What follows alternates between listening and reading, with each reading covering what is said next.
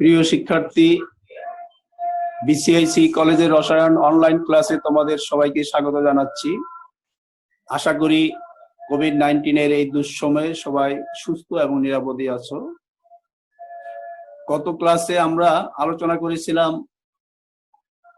বেঞ্জিনের প্রতিস্থাপন বিক্রিয়া, যেটিকে ইলেকট্রোফিলিক প্রতিস্থাপন বিক্রিয়া বলা হয়। আজকে আমরা আলোচনা করব অ্যারোমেটিসিটি, হাকেল নিয়ম, জৈব বিক্রিয়ার মেকানিজম বা কৌশল এবং আক্রমণকারী বিকারক। এটি পর্যায়ক্রমে আমি এখন আলোচনা করব। শুরুতেই অ্যারোমেটিসিটি কি?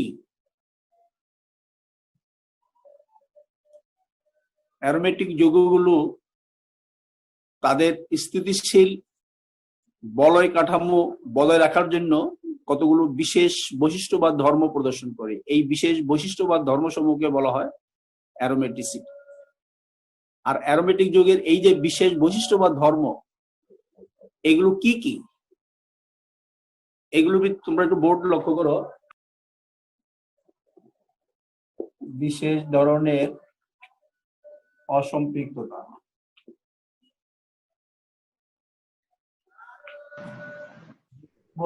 হচ্ছে প্রতিস্থাপন,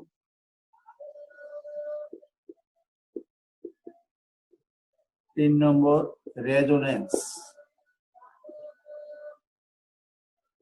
বা অনুরণন,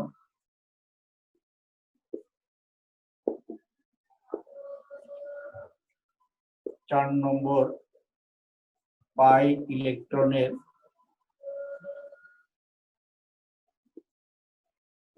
সঞ্চরণশীলতা,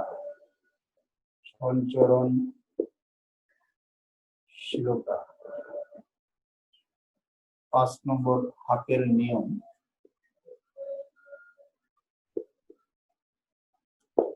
বা হাকেল তত্ত্ব।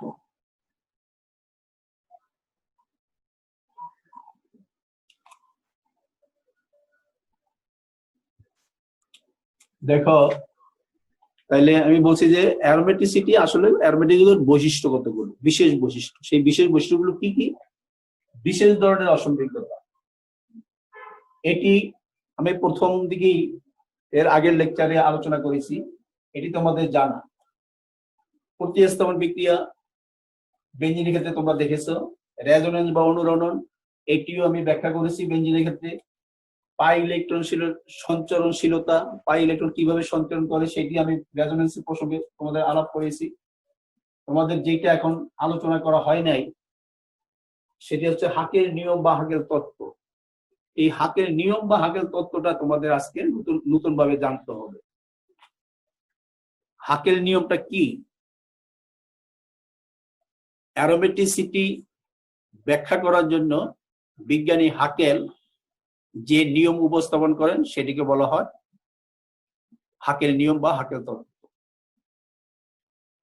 আমি আবার বলছি, অ্যারোমেটিসিটি ব্যাখ্যা করার জন্য বিজ্ঞানী হাকেল যে নিয়ম উপস্থাপন করেন তাকে বলা হয় হাকেল নিয়ম বা হাকেল তত্ত্ব। এই হাকেল নিয়মটা 2টা অংশে বিভক্ত। প্রথম অংশ হচ্ছে অ্যারোমেটিক যৌগের অণুগুলো সমতলীয় এবং চাকতিক হয় এবং এই সমতলের উপরে ও নিচে সঞ্চরণশীল পাই ইলেকট্রনের মেঘ বিস্তৃত অবস্থায় থাকে। এটা হচ্ছে 1 নম্বর অংশ। 2 নম্বর অংশ হচ্ছে এই যে পাই ইলেকট্রন, এই পাই ইলেকট্রনের সংখ্যা হবে, অর্থাৎ পাই ইলেকট্রন বলতে এখানে সঞ্চরণশীল পাই ইলেকট্রন, এই সঞ্চরণশীল পাই ইলেকট্রনের সংখ্যা হবে 4n+2। এখানে nটা কি? n হচ্ছে পঞ্চভুজ বা ষড়ভুজ বলয়ের সংখ্যা। n এর মান কত? 0 থেকে 1, 2, 3 এইভাবে হয়। তাহলে হাকেল নিয়মটা 2টা অংশ আমি আবার বলছি। প্রথম অংশ হচ্ছে অ্যারোমেটিক যৌগের অণুগুলো সমতলীয় এবং চাকতিক কাঠামো বিশিষ্ট হয়, যার উপরে ও নিচে সঞ্চরণশীল পাই ইলেকট্রনের মেঘ বিস্তৃত অবস্থায় থাকে। দ্বিতীয় অংশটা হচ্ছে এই যে পাই ইলেকট্রন বা সঞ্চরণশীল পাই ইলেকট্রন, এদের সংখ্যা হবে 4n+2 সংখ্যক, যেখানে n দ্বারা পঞ্চভুজ বা ষড়ভুজ বলয় এর সংখ্যা বোঝায়। n এর মান 0, 1, 2, 3 ইত্যাদি হয়, অর্থাৎ n দ্বারা বলয়ের সংখ্যা বোঝায়। তাইলে আমরা এখন উদাহরণ দিব, উদাহরণ দিলে তোমাদের কাছে এটা ক্লিয়ার হবে। যেমন এটি বেনজিন, তোমরা জানো বেনজিন। এখন বেনজিন কি একটা অ্যারোমেটিক যৌগ? এটার উত্তর আমরা হাকের নিয়ম দিয়ে ব্যাখ্যা করব। তোমরা খেয়াল করো, হাকের নিয়ম অনুসারে 4 সঞ্চরণশীল পাই ইলেকট্রন সংখ্যা 4, এবং এক্ষেত্রে এই সঞ্চরণশীল পাই ইলেকট্রনের সংখ্যাটা আমরা এখানে দেখতে পাচ্ছি 1, 2, 3, তিনটা পাই বন্ধন, অর্থাৎ 3 দুগুণী 6টা পাই ইলেকট্রন আছে। অর্থাৎ এই ক্ষেত্রে বেনজিনের ক্ষেত্রে 4n+2 সমান হলো 6 পাই ইলেকট্রন।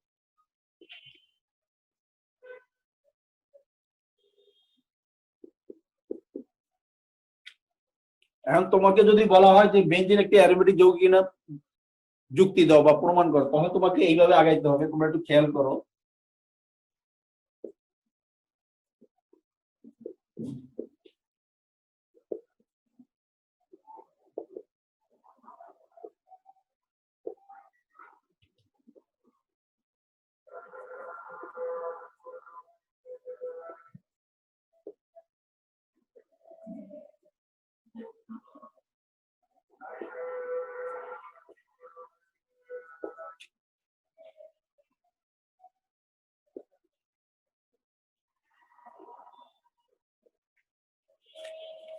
তাহলে তোমরা দেখতে পাচ্ছ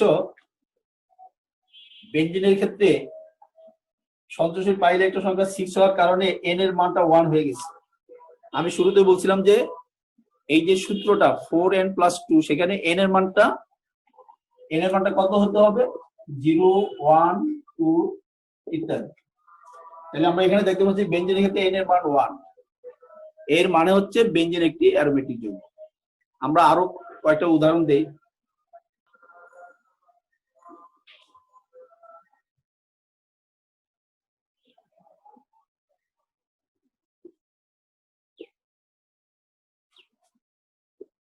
আমরা এটিকে বলি ন্যাপথালিন। এই ন্যাপথালিনটা অ্যারোমেটিক যৌগ কিনা সেটা আমরা এখন দেখব। 4n+2, এই ক্ষেত্রে এই সংখ্যাটা কত? 1, 2, 3, 4, 5, 5টা পাই বন্ধন, অর্থাৎ 5 দুগুণী 10টা ইলেকট্রন। এখানে সঞ্চরণশীল পাই ইলেকট্রনের সংখ্যা কত? 10। তাইলে সুতরাং 4n = 10 - 2 = 8।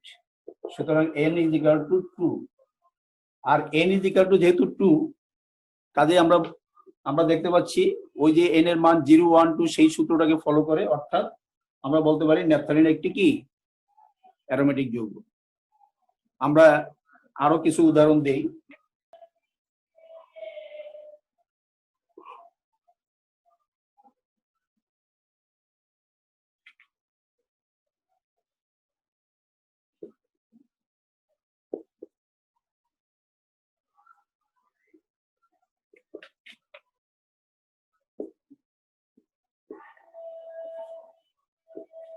এই যৌগটার নাম কি? 1,3-সাইক্লোপেন্টাডাইইন। এইটা অ্যারোমেটিক যৌগ কিনা আমরা সেটা দেখব। এক্ষেত্রে 4n+2 = কত? এখানে আমরা দেখতে পাচ্ছি 1, 2, দুইটা পাই বন্ধন আছে, অর্থাৎ পাই ইলেকট্রনের সংখ্যা 2 দুগুণী 4। সুতরাং 4n = 4 - 2 = 2। সুতরাং n = 2/4 সমান কত? 0.5। দেখো এক্ষেত্রে n এর মান 0.5 হয়ে গেল। এটা কিন্তু পূর্ণ সংখ্যা না, পূর্ণ সংখ্যা হতে হবে, ভগ্নাংশ হয়ে গেল। এই কারণে আমরা বলতে পারি 1,3-সাইক্লোপেন্টাডাইইন এটি হাকের নিয়মকে ফলো করে না।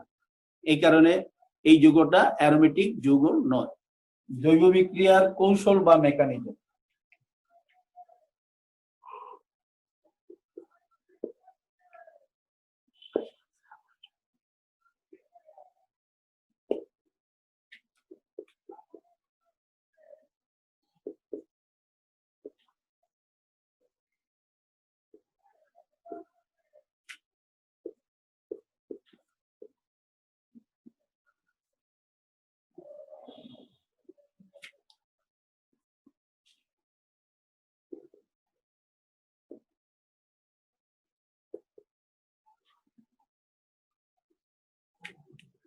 দেখো, জৈব বিক্রিয়ার কৌশল বা মেকানিজম অর্থাৎ জৈব রাসায়নিক বিক্রিয়াগুলো যদি তোমাকে বুঝতে হয় তাহলে এই নিয়মগুলো জানতে হবে। অর্থাৎ এখানে আমরা দেখতে পাচ্ছি এই যে পি চিহ্নের বাম পাশে দুইটা যৌগ আছে, একটাকে বলে আক্রমণকারী বিকারক আর একটা বলে সাবস্ট্রেট। আমরা সাধারণভাবে দুইটাকে বিক্রিয়ক বলি।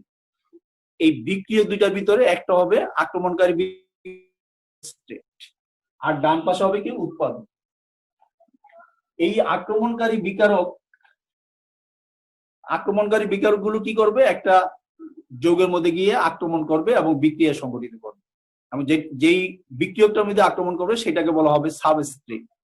আমরা উদাহরণ হিসেবে এখানে লিখলাম আক্রমণকারী বিকারকটা হচ্ছে এক্স আর সাবস্ট্রেট অণুটা হচ্ছে ওয়াই জেড। এখানে ওয়াই এবং জেড এর ভিতরে কিন্তু বন্ধন, এটা আবার মাইনাস না, ওয়াই জেড একটা অণু যার মধ্যে একটা সমযোজী বন্ধন আছে। এক্ষেত্রে এক্স কি করবে, এই ওয়াই কে আক্রমণ করবে, আক্রমণ করলে জেডটা আলাদা হয়ে যাবে, এক্স এবং ওয়াই নতুন যৌগ তৈরি হবে, তবে মূল যৌগ হচ্ছে এইটা। অর্থাৎ এইভাবে জৈব যৌগের বিক্রিয়াগুলো সংঘটিত হবে। এখন এই যে আক্রমণকারী বিকারক, আক্রমণকারী বিকারকটা আবার তিন প্রকার: ফ্রি রেডিকেল বা মুক্তমূলক, ইলেকট্রোফাইল বা ইলেকট্রন আকর্ষী বিকারক, এবং নিউক্লিওফাইল বা কেন্দ্রাকর্ষী বিকারক। আক্রমণকারী বিকারক তিন প্রকার কি কি? প্রথমটা হচ্ছে ফ্রি রেডিকেল।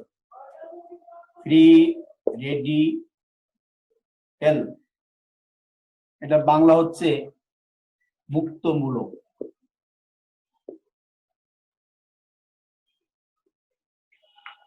দুই নম্বর হচ্ছে ইলেকট্রোফাইল,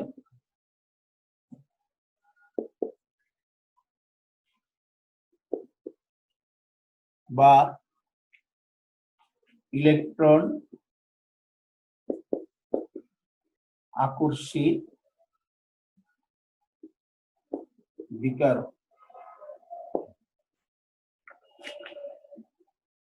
তিন নম্বর হচ্ছে নিউক্লিওফাইল,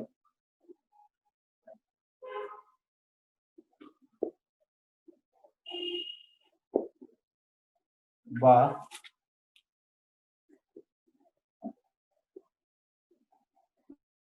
কেন্দ্রাকর্ষী বিকারক। তাহলে আক্রমণকারী বিকারক তিনটার এক নম্বরটা হচ্ছে ফ্রি রেডিকেল বা মুক্তমূলক, দুই নম্বরটা হচ্ছে কি ইলেকট্রোফাইল বা ইলেকট্রন আকর্ষী বিকারক, তিন নম্বরটা হচ্ছে নিউক্লিওফাইল বা কেন্দ্রাকর্ষী বিকারক। এই তিনটাই আমি আবার আলাদা আলাদা আলোচনা করছি। প্রথমে ফ্রি রেডিকেল দেখো তোমরা।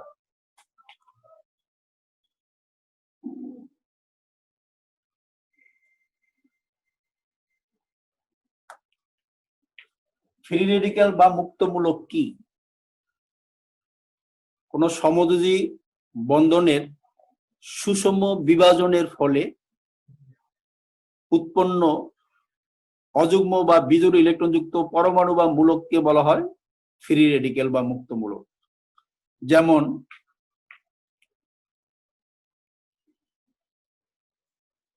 তোমরা এই ক্লোরিনের অণুটা জানো, এইভাবে আমরা সাধারণত লিখি, কিন্তু এইটাকে আমরা এইভাবে লিখতে পারি, এইভাবে লিখতে পারি। এখানে যদি আলো বা তাপ দেয়া হয়, বা তাপ, সেটাকে আলো বা তাপ একবার শক্তিটাকে এইচ নিউ লেখা হয়।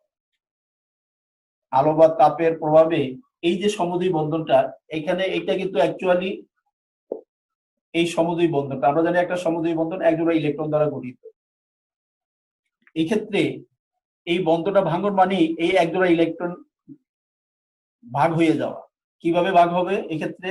এইভাবে, অর্থাৎ দেখতে পাচ্ছ যে এই যে একজোড়া ইলেকট্রন, এই একজোড়া ইলেকট্রন কিন্তু বন্ধন গঠন করার আগে উভয় পরমাণুর একটা একটা ছিল, সমান সংখ্যক ছিল, এবং বন্ধন ভাঙ্গনের পরে আবার উভয় পরমাণু একটা করে ইলেকট্রন নিয়ে যাবে, নিয়ে গিয়ে সমদ্বয়ী বন্ধনের সুষম বিভাজন বা সুষম ভাঙ্গন কি?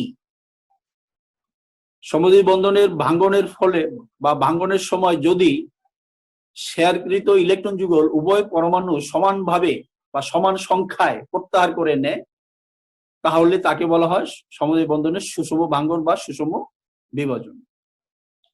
আর এই প্রসঙ্গে বলে দেই, যদি এমন হয় যে সমদ্বয়ী বন্ধনের ইলেকট্রন জোড়া বন্ধন ভাঙ্গনের সময় কোন একটা পরমাণু একাই নিয়ে যায়, একাই প্রত্যাহার করে নেয়, তখন সেটাকে বলে বিষম ভাঙ্গন বা বিষম বিভাজন বা অসম ভাঙ্গন।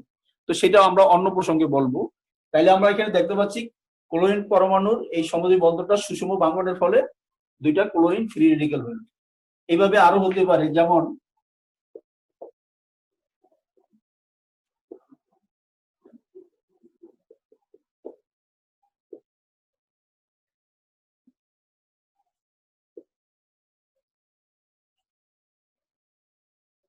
দেখো এইটা কিন্তু প্রোপেন, এটার নাম কি? প্রোপেন। এখানে একটা সমদ্বয়ী বন্ধন আছে, আমরা এই সমদ্বয়ী বন্ধনটাকে এইভাবে লিখতে পারি, এইভাবে লিখতে পারি,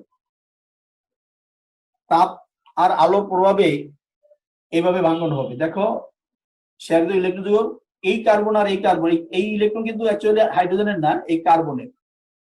তাহলে এই শেয়ারকৃত ইলেকট্রন উভয় কার্বন পরমাণু সমানভাবে প্রত্যাহার করে নেয়, ফলে কি হয়? এই ইলেকট্রনটা এই কার্বনের উপরে ভর করবে, প্লাস এই ইলেকট্রনটা এই কার্বনের উপরে থাকবে। এটাকে বলি আমরা মিথাইল ফ্রি রেডিক্যাল, এটাকে বলি ইথাইল ফ্রি রেডিক্যাল। ফ্রি রেডিক্যালের কতগুলো বৈশিষ্ট্য আছে, তো বৈশিষ্ট্যগুলো তোমরা লক্ষ্য করো।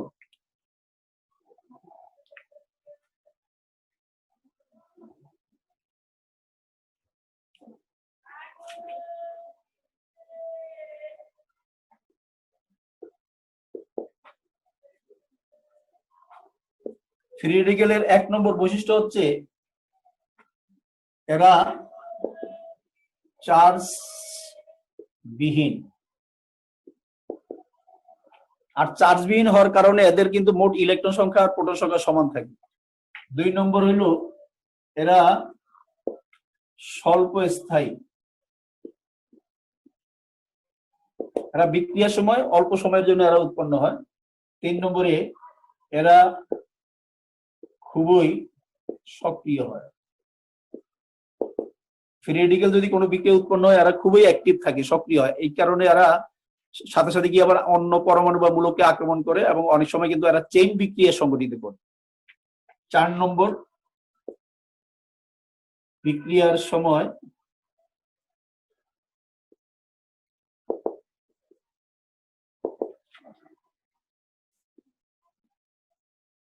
অন্তর্বর্তী প্রজাতি হিসেবে কাজ করে। বিক্রিয়ার সময় অন্তর্বর্তী প্রজাতি হিসাবে এরা কাজ করে। অন্তর্বর্তী প্রজাতি মানে কি? বিক্রিয়ার সময় এরা মাঝখানে উৎপন্ন হবে। বিক্রিয়া আমরা যখন মেকানিজম দেখবো, মেকানিজমের মাঝখানে এরা উৎপন্ন হয়ে পরে আবার বিলীন হয়ে যায়। তাহলে এই নিয়ে ফ্রি রেডিক্যাল শেষ হয়ে গেল। আমি এখন ইলেকট্রোফাইল নিয়ে আলোচনা করব। যে সকল বিকারকের ইলেকট্রনের স্বল্পতা থাকায় এরা বিক্রিয়ার সময় ইলেকট্রন গ্রহণ করতে পারে, তাদেরকে বলা হয় ইলেকট্রোফাইল। আমি আবার বলছি, যে সকল বিকারকের ইলেকট্রন স্বল্পতা থাকায় এরা বিক্রিয়ার সময় ইলেকট্রন গ্রহণ করতে পারে, তাদেরকে বলে ইলেকট্রোফাইল বা ইলেকট্রন আকর্ষী বিকারক। ইলেকট্রোফাইল এটার ইংলিশ হচ্ছে ইলেকট্রন লাভিং রিয়েজেন্ট, অর্থাৎ ইলেকট্রন আকর্ষী বিকারক। এই ইলেকট্রোফাইল আবার 2 প্রকার, তোমরা দেখো 2 প্রকার কি কি। একটা হচ্ছে ধনাত্মক ইলেকট্রোফাইল,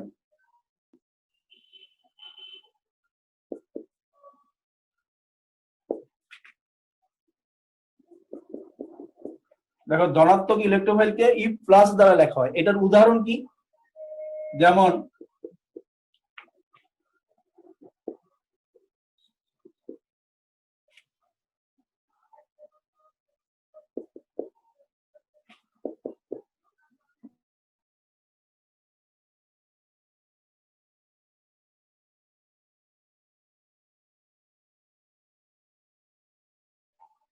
এখানে ইথাইল হতে পারে,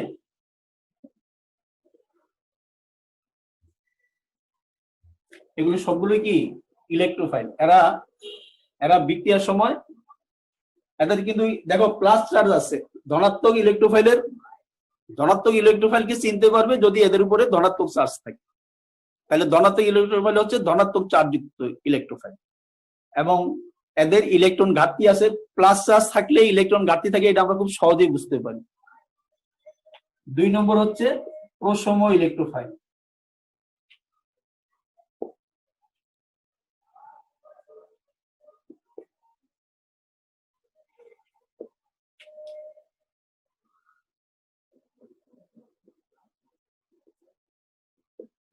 প্রসম ইলেকট্রোফাইলকে ই দ্বারা প্রকাশ করা হয়। এটার উদাহরণ কোনগুলো?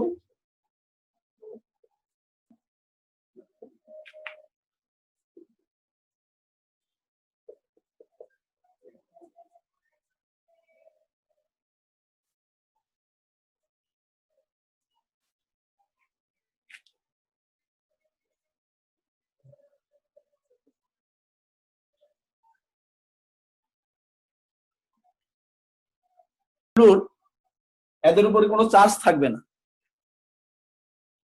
আর প্রসম ইলেকট্রোফাইল কাকে বলে?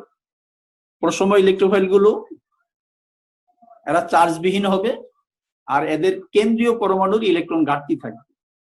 যেমন aluminium chloride, ferric chloride, ferric bromide. আমি কিন্তু এই তিনটার নাম তোমাদের আগেই বলেছিলাম। ইলেকট্রনিক এদেরকে বলা হয় লুইস এসিড। এগুলো সবগুলি লুইস এসিড, যাদের মানে ইলেকট্রন ঘাটতি থাকে কেন্দ্রীয় পরমাণু, এরা ইলেকট্রন গ্রহণ করতে পারে। এবং এটা আমি আগেও বলেছি যে যেমন অ্যালুমিনিয়াম ক্লোরাইড, তোমরা যদি ইলেকট্রোবিন্যাস দেখো দেখবে যে অ্যালুমিনিয়ামের যোজন শেলে 6টা ইলেকট্রন আছে, অর্থাৎ অ্যালুমিনিয়াম পরমাণু অসম্পূর্ণ অক্টেট আছে, যার কারণে এটি সুযোগ পেলে আরো 2টি ইলেকট্রন গ্রহণ করতে চায়। এই কারণে এরা ইলেকট্রোফাইল। এই সবগুলোকে আমরা পর্যবেক্ষণ করলে এইভাবে দেখতে পাবো। তাহলে এই নিয়ে আমরা ইলেকট্রোফাইল শেষ করলাম। এরপরে নিউক্লিওফাইল দেখো। নিউক্লিওফাইল বা কেন্দ্রাকর্ষী বিকারক। কেন্দ্রাকর্ষী, কেন্দ্র বলতে এখানে ধনাত্মক কেন্দ্রকে বোঝায়। নিউক্লিওফাইল কাকে বলে? যে সকল বিকারকের ইলেকট্রনের আধিক্য থাকায় বিক্রিয়ার সময় ইলেকট্রন দান করতে পারে তাদেরকে বলা হয় নিউক্লিওফাইল। আমি আবার বলছি, যে সকল বিকারকের ইলেকট্রনের আধিক্য থাকে এবং বিক্রিয়ার সময় ইলেকট্রন দান করতে পারে তাদেরকে বলে নিউক্লিওফাইল বা কেন্দ্রাকর্ষী বিকারক। অর্থাৎ নিউক্লিওফাইল এবং ইলেকট্রোফাইল সম্পূর্ণ বিপরীত। যে ইলেকট্রোফাইলের সংজ্ঞাটা বুঝবে, বিপরীত করে দিলেই নিউক্লিওফাইলের সংজ্ঞা হয়ে যাবে। এটি আবার 2 প্রকার। দেখো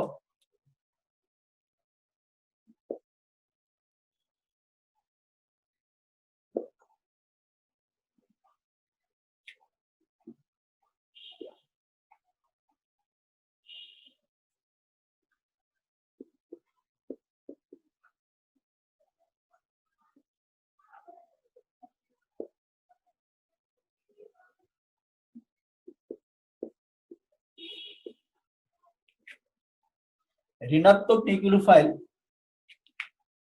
এদের মধ্যে ঋণাত্মক চার্জ থাকবে। আর যদি প্রসম নিউক্লিওফাইল হয় সেখানে ঋণাত্মক চার্জ থাকবে না। আমি উদাহরণটা একসাথে দেখিয়ে দেই। যেমন ঋণাত্মক নিউক্লিওফাইল সায়ানাইড আয়ন,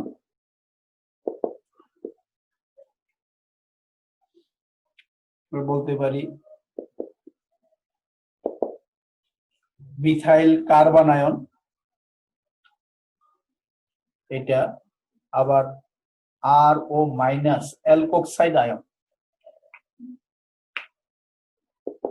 দেখো তাহলে এগুলো সবগুলোর উপরে ঋণাত্মক চার্জ আছে, এবং ঋণাত্মক চার্জ থাকা মানে কি ইলেকট্রনের আধিক্য থাকা, ইলেকট্রন সাধারণ অবস্থার চেয়ে বেশি থাকা। এই কারণে এরা শুধু পেলে ইলেকট্রন দান করতে পারে, এবং এই কারণে এরা কি ঋণাত্মক নিউক্লিওফাইল। এবং এই নিউক্লিওফাইল দিলে বুঝতে আমাদের বেশি সমস্যা হয় না, কিন্তু প্রসম নিউক্লিওফাইলটা এটা একটু বুঝতে হয়। 2 নম্বরে যেটা আমি লিখছিলাম আগে, প্রসম নিউক্লিওফাইল,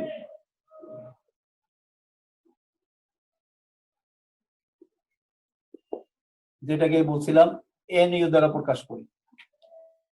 দেখো এটা কোনগুলো,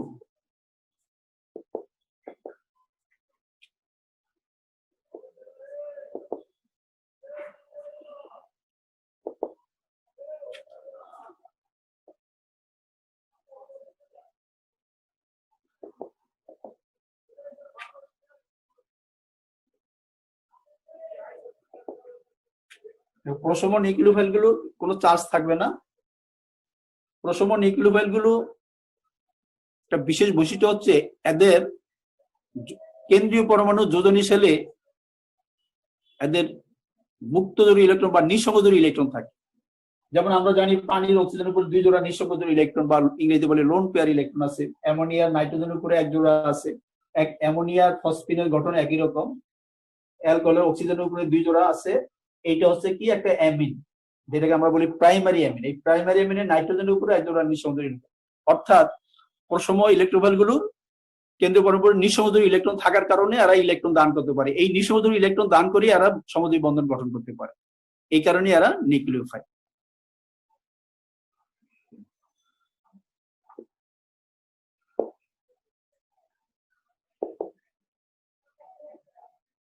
কার্বনিয়াম আয়ন, এই কার্বনিয়াম আয়নটাকে আবার বলা হয় কার্বোক্যাটায়ন।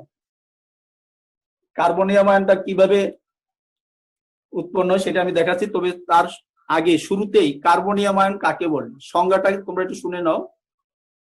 একক ধনাত্মক চার্জ বিশিষ্ট কার্বন পরমাণু যুক্ত জৈব আয়নকে বলা হয় কার্বনিয়াম আয়ন বা কার্বোক্যাটায়ন। আবার বলছি, একক ধনাত্মক চার্জ বিশিষ্ট কার্বন পরমাণু যুক্ত জৈব আয়নকে বলা হয় কার্বনিয়াম আয়ন বা কার্বোক্যাটায়ন। এটা কিভাবে উৎপন্ন হয়, উদাহরণটা কি, যেমন methyl carbonium ion, ethyl carbonium ion. এটা উৎপন্নটা হয় দেখো তোমরা,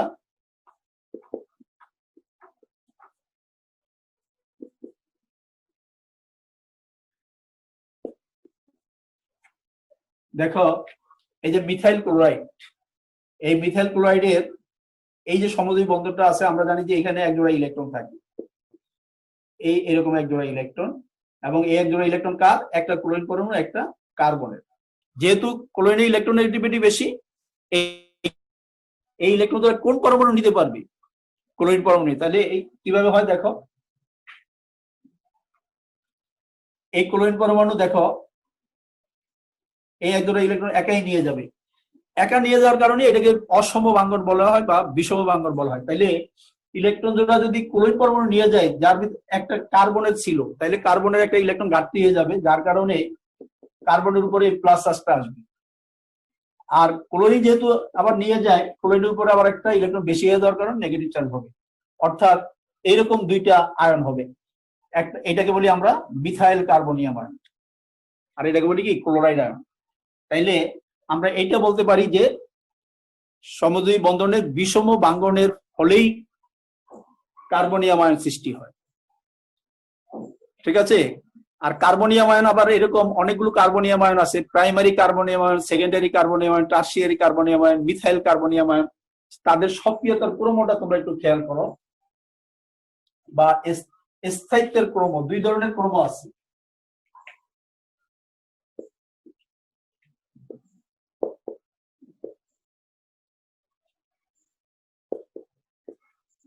স্থায়িত্বের ক্রম,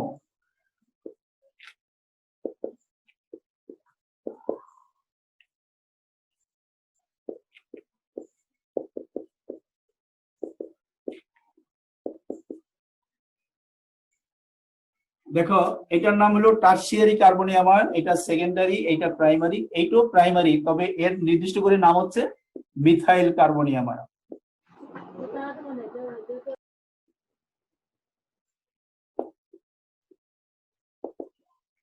দেখো এটা টারসিয়ারি কার্বনিয়াম আয়ন কেন? কার্বন পরমাণুর সাথে যদি অ্যালকাইল মূলকের সংখ্যা 3টা থাকে, 3টা অ্যালকাইল মূলক থাকলে কিন্তু টারসিয়ারি, যদি 2টা থাকে সেকেন্ডারি, একটা থাকলে প্রাইমারি, আর একটাও না থাকলে আমরা বলি মিথাইল কার্বনিয়াম আয়ন। এটা হচ্ছে টারসিয়ারি কার্বনিয়াম আয়ন। এখন এই যে আমি কার্বনিয়াম আয়নগুলো লিখলাম, এদের কোনটার স্থায়িত্ব বেশি? স্থায়িত্বটা বুঝতে হলে তোমাদেরকে একটু খেয়াল করতে হবে যে অ্যালকাইল মূলকগুলোর, মনে রাখবে যে অ্যালকাইল মূলকগুলোর ধনাত্মক আবেশীয় ফল আছে, এটা আমি সামনে বিস্তারিত পড়াবো। অ্যালকাইল মূলক যদি কোনো পরমাণুর সাথে যুক্ত থাকে, তোমরা মনে রাখবে যে সেই দিকে ইলেকট্রন ঠেলে দিতে পারে, ইলেকট্রন পুশ করতে পারে। তাইলে এই কার্বনের সাথে 3টে অ্যালকাইল মূলক যুক্ত থাকার কারণে 3 দিক থেকে ইলেকট্রন ঠেলে দিতে পারে। এখানে 2 দিক থেকে ঠেলে দেয়, এখানে 1 দিক থেকে ঠেলে দেয়, এখানে কেউ ইলেকট্রন ঠেলে দেয় না। তাইলে এখানে এইটার ইলেকট্রন ঘাটতি আছে। ঘাটতি থাকা মানে কি? এরা সবগুলি কিন্তু অস্থিতিশীল অবস্থায় আছে, কিন্তু তুলনামূলকভাবে কার স্থিতিশীলতা বেশি আর কার কম? এর স্থিতিশীলতা তুলনামূলকভাবে বেশি, কারণ এর ঘাটতিটাকে পোষানোর জন্য 3টে অ্যালকাইল মূলক 3 দিক থেকে ইলেকট্রন ঠেলে দেয় ধনাত্মক আবেশীয় ফলের মাধ্যমে। এই কারণে এর স্থায়িত্বটা সবচেয়ে বেশি, এটার স্থায়িত্ব বেশি, তার চেয়ে এটা, এরপরে এটা, এটা। আর সক্রিয়তার ক্রম তোমরা একটু খেয়াল রাখবে যে স্থায়িত্বের ক্রম আর সক্রিয়তার ক্রম সবসময় বিপরীত হয়। আমরা দেখলাম যে এর স্থায়িত্ব বেশি, সবচেয়ে বেশি, কিন্তু এর স্থায়িত্ব সবচেয়ে কম। যেহেতু স্থায়িত্ব বেশি, এর সবচেয়ে কম, এই কারণে এর সক্রিয়তা বেশি, মানে এটা সহজে বিক্রিয়া করবে।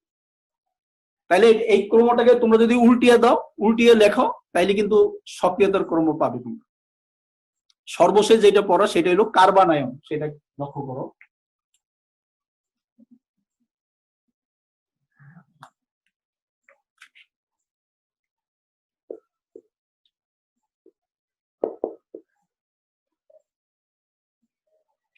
কার্বন আয়ন কাকে বলে?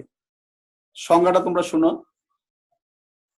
একক ঋণাত্মক চার্জ বিশিষ্ট কার্বন পরমাণুযুক্ত জৈব আয়নকে বলা হয় কার্বন আয়ন। এই কার্বন আয়নের আমরা যদি উদাহরণ দিই, যেমন এটা হলো মিথাইল কার্বন আয়ন, এইটা হচ্ছে ethyl carbon ion. Methyl carbon ion, ethyl carbon ion, অর্থাৎ কার্বন আয়নের উপরে নেগেটিভ চার্জ থাকবে, একটা নেগেটিভ চার্জ থাকবে। কার উপরে থাকবে? কার্বনের উপরে থাকবে। এরা কিভাবে উৎপত্তি হয়? যেমন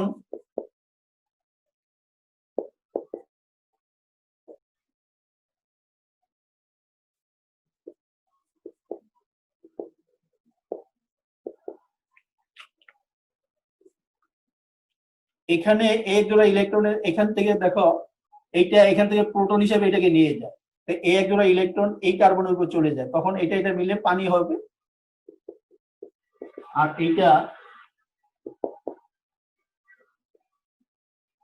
এটা কিন্তু বন্ধনের বিষম ভাঙ্গনের ফলে হবে। এটা কি ভাঙ্গন? বিষম ভাঙ্গন। আর এক্ষেত্রেও কিন্তু স্থায়িত্বের ক্রম আর সক্রিয়তার ক্রম আছে। তো মনে রাখবে, কার্বনিয়াম আয়নে যদি তুমি স্থায়িত্বের ক্রম আর সক্রিয়তার ক্রম জানো, তাহলে কার্বনের ক্ষেত্রে বিপরীত হয়ে যায় ঋণাত্মক চার্জ থাকার কারণে। আমি সেটার ব্যাখ্যা করলাম না, যেহেতু সময় শেষ পর্যায়ে। আজকের অনলাইন ক্লাস আমি এখানেই শেষ করছি। সবাই সুস্থ থাকো, নিরাপদে থাকো, এই প্রত্যাশা করি।